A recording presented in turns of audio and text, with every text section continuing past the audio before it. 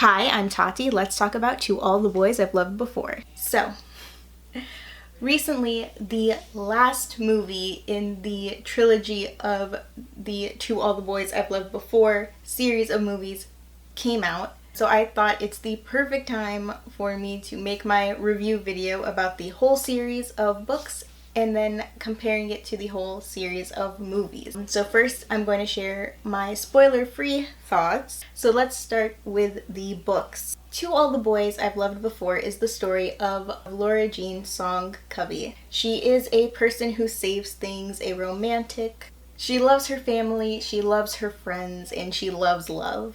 And though she has never admitted her crushes, she has written a love letter to each of the boys she's ever had a crush on. She pours her heart into each letter, seals them into an envelope, and addresses them, and then puts them in her hat box for safekeeping. One day, Laura Jean's hat box goes missing, and it turns out that somehow every one of her letters has been mailed out. Now Laura Jean will have to face both her past crushes and her current crush, who also happens to be her sister's once longtime now ex-boyfriend. Overall, I would say the series is really about Laura Jean growing up and figuring out what she wants out of life, whether that be when it comes to romance or her family or her future. The books are very character-driven, and that character is Laura Jean. Her voice and narration, I guess you could say, is one of my favorite parts of the books. They are written in little moments more than big scenes. And these little moments are sort of strung together to create the pace of the story in a way that sort of feels like a bit slow, but is never boring. And each book, despite being a separate book, are all so well written in Laura Jean's voice that there is no disconnect between them. You could read them all at once, and it kind of feels like they were written all at once because you go, yeah, that's how Laura Jean talks and acts and thinks, which is just due to the fantastic writing skills of Jenny Han. Now, the series is also a romance. It is at least a third, if not half, about romance. And the romantic elements are sweet and cute and fun and swoon-worthy, and I will talk more about them in detail when I can talk about spoilers.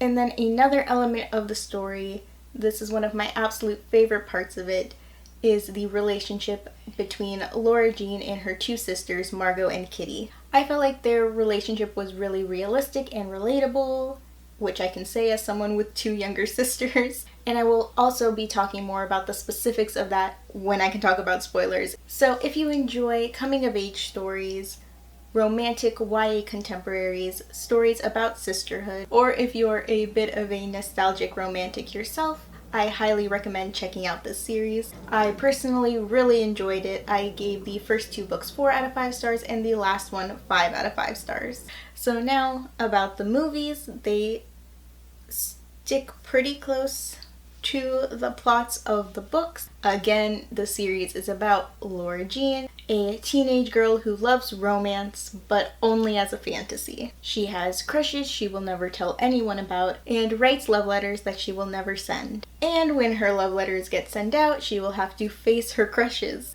which include both the most popular boy in school and her sister's ex-boyfriend. Now, I would say that these movies are sort of teen/coming-of-age rom-coms, and they have a great balance of the romantic swoony parts and the growing up parts. And as someone who personally has watched and enjoyed quite a few teen rom-coms, and still does, I feel like these movies are sort of modern classics of the genre, and they definitely can stand on their own and be enjoyed even if you are not a fan of the books. But if I were to compare the books and the movies, so something I think the movies did really, really well is Laura Jean's character, which is important because Laura Jean in the movies and in the books is the heart of the story. And I think that's one of the reasons that like the books fit together super seamlessly, the movies do too. And then something that is fantastically done in the books and then is masterfully adapted into the movies,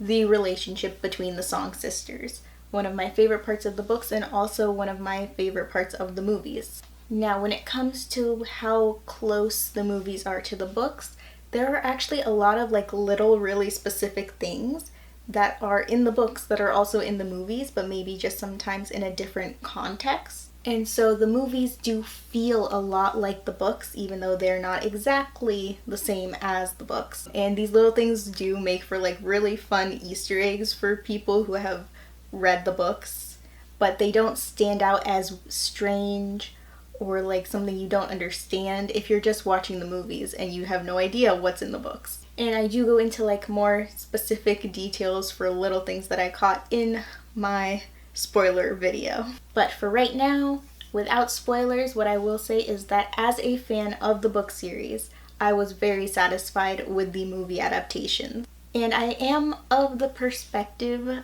that adaptations shouldn't be word for word exactly the same as the books, usually. The characters are the same, the message and the core of the story is the same, and sort of the atmosphere or aesthetic is the same. They stay true to the story in all of the important ways, and that's why I think if you are a fan of the books, you will like the movies, or vice versa. Now, that is not to say that all of my favorite parts of the books made it into the movies, because they did not, but there are also parts of the movies that I really love that are not in the books. And I guess that brings me to my spoilery video where I can talk about all that, which is sort of just an excuse to gush about all my favorite parts and rant about my pet peeves. So if you have read all of the books and watched all 3 of the movies, or if you don't mind being majorly spoiled for either of them, check that video out and let's discuss all the details. If you liked this video, please give it a like. I have new videos just as soon as I can get them up, which is usually twice a week, so subscribe if you'd like to see more. Thanks for watching. Bye. I have to stand in front of everything else to be the focus. So before I get started, let me mention that this is a new filming angle I'm trying out.